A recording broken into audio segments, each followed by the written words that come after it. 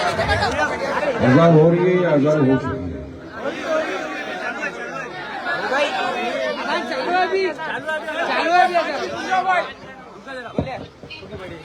Mic बंद कर दो एकदम।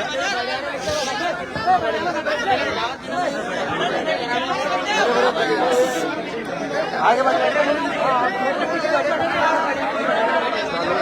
नीचे बढ़ जाओ भाई, नीचे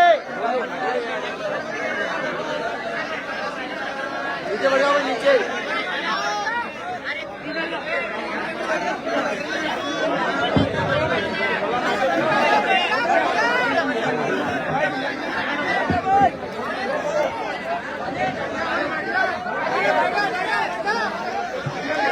अस्सलामु अलैकुम रहमतुल्लाहि व बरकातहू। बाइस को तशरीफ फरमा मजलिस इत्तेहादुल मुस्लिमीन की जिम्मेदारान, मजलिस इत्तेहादुल मुस्लिमीन के नौकर सेवक, हम उम्मीदवार जो है हमारे नगर परिषद के, वो उनका नाम मैं प्रभात क्रमांक के हिसाब से लूंगा आपके सामने।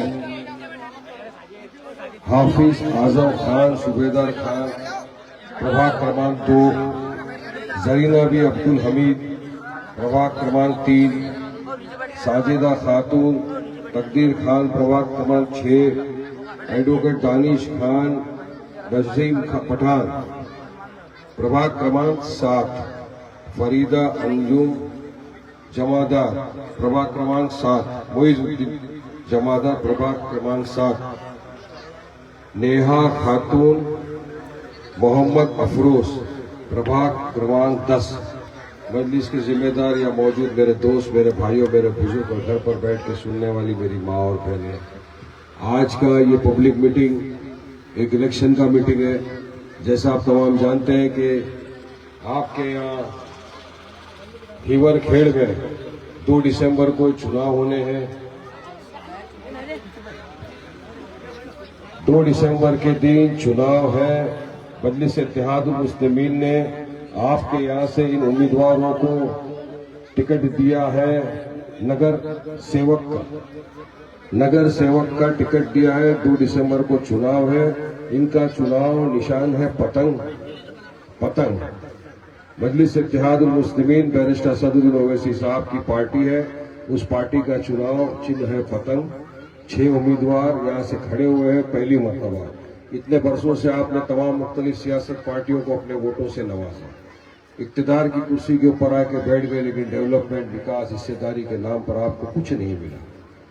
आज भी हिवर खेड़ का हर इंसान ये सोच रहा है कि हम क्या करें, किसको वोट दें, कौन हमारी तकलीफों को दूर करेगा, कौन हमारे लिए लड़ाई लड़ेगा, कौन हमारे बच्चों के मुस्तकबिल को संवारने की बात करेगा। बहरहाल उस वक्त तो आपके पास कोई विकल्प नहीं था, लेकिन आज आपके पास विकल्प है। आपकी अपनी खुद की पार्टी, आपका अपना खुद का कायद बैरिस्टर सदरुद्दीन ओवैसी साहब। आज मजलूमों पे, मुसलमानों पे, दलितों पर जहां पर भी जुल्म, अन्याय, बेइंसाफी होती है, आपकी हमारी तरफ से अगर कोई खड़ा होकर लड़ता है सरकार की आंखों में आकर डाल के, तो कोई और नहीं, मेरा आपका कायद बैरिस्टर सदरुद्दीन ओवैसी साहब। अगर जो कायद हमारे साथ कांधे से कांधा मिलाकर खड़ा हुआ है, तो हमारा भी फर्ज बनता है कि हम भी उसका साथ दें।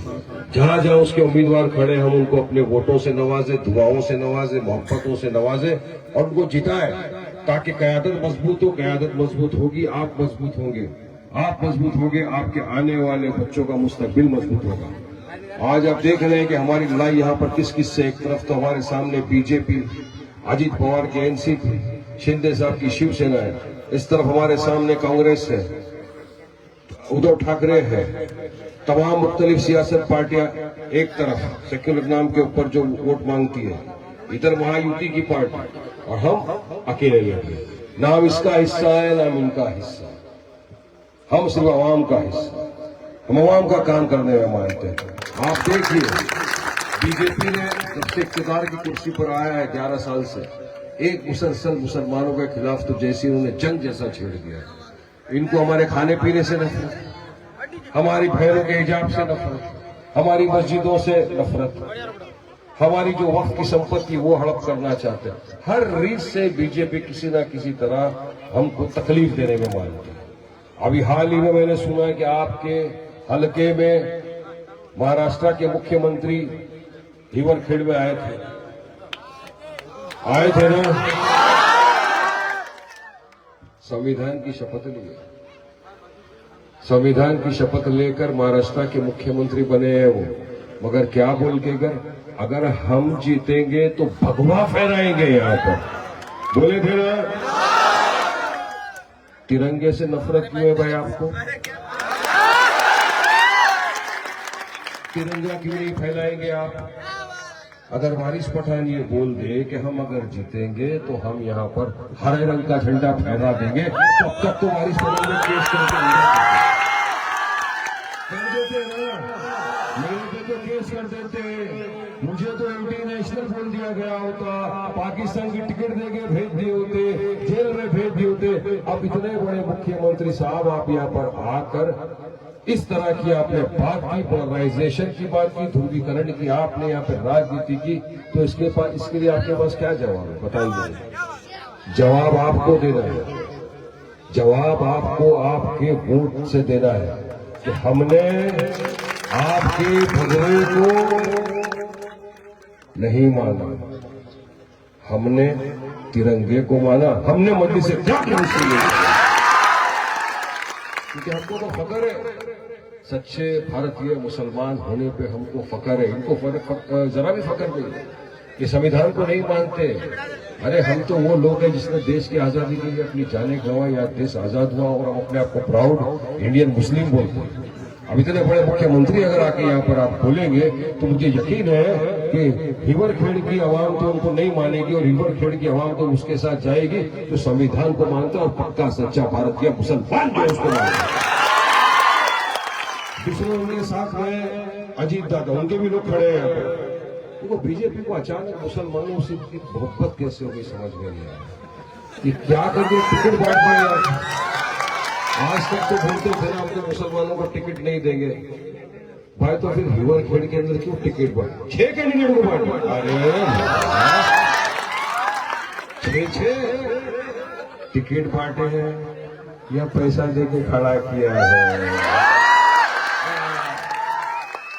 सबको लड्डू दिया है, खड़ा हो 20 वोट लेगा, 10 वोट लेगा, मजलिस का वोट काट, तू भी काट, और हमारे एक अलायंस पार्टनर है अजीत पवार, उनको तो हमने खास साथ में लिया है ताकि अजीत दादा आप मुसलमानों को अपनी तरफ खींचो अपनी तरफ। सारे मुसलमान जा रहे हैं रुपयों की लालच में, तो गर्दी की लालच में, लेकिन यकीन मानो मिलने वाला सबको ठेंगा है, कुछ मिलने वाला नहीं। चुनाव के पहले अपना काम बनता है, चुनाव के बाद में भाड़ में जाए जनता, उसूल है इन लोगों का, किसी को मिलने वाला नहीं। जो गए है अच्छा है, अपनों को जो ठुकराएगा ना गैरों की ठोकरें खाएगा, याद रखना मेरे। यहाँ से ठोकर पड़ेगी तो अपना ठिकाने आएगी। उन्होंने उम्मीदवार दे दिया, जहां मजलिस खड़ा हो रही है उम्मीदवार रख रही है महाराष्ट्र में नगर परिषद में, नगर अध्यक्ष के लिए, वहां एनसीपी अजीत कुमार अपना उम्मीदवार खड़ा करोगे मुसलमान। अचानक मोहब्बत वोट काटने के लिए। आप समझदार है, आप समझ सकते हैं क्यों खड़ा कर रहे हैं ये लोग, ताकि मुस्लिम वोटों का विभाजन हो जाए। और पूरा फायदा किसको होगा? भाजपा को, जो उन्हीं का अलायंस पार्टनर है। अरे भाई गुजराती में बोलते हैं घी गिरा तो कहा खिचड़ी में ही गिरा, अपने पास ही आया ना। ये बीजेपी का, ये इनकी चाल को समझो, चाल को समझो इनकी, कि अगर कान यूं नहीं पकड़ सकते दादा यूं पकड़ो, लेके आओ इनको। अरे अब समझदार हो गए हैं। हिवरखेड़ का मुसलमान, हिवरखेड़ का एक इंसान समझदार है, और वो इनके झांसे में नहीं आने वाला है। वो उसके साथ जाएगा जो उसके विकास की बात करेगा, और जो उसके साथ कांधे से कांधा मिलाकर खड़ा रहेगा। ये हवाबाजी के अंदर कोई नहीं जाने वाला है। आपने क्या कहा दादा, तुम्हारे पास वोट है, मेरे पास फंड है। अरे फंड किसका है दादा? टैक्स पेयर के पैसे का फंड है आपके पास, आसमान से अपना ही है, अपने पसीने की कमाई का है। हाँ पैसा थोड़ा तो पहुंच जाता है दादा, वो तो मैं क्या बोला, नरेंद्र मोदी बोले ना, मंच से बोले नरेंद्र मोदी, हजारों करोड़ का घपला कर दिए। महाराष्ट्र के मुख्यमंत्री फडणवीस बोले हम अजीत दादा को जेल में डालेंगे। इन जेल अजीत दादा पीसिंग चक्की, पीसिंग एल, पीसिंग बने थे ना। इसके बाद क्या हुआ? जब वो चले गए बीजेपी में, वॉशिंग पाउडर निर्वा दूध की सफेदी साफ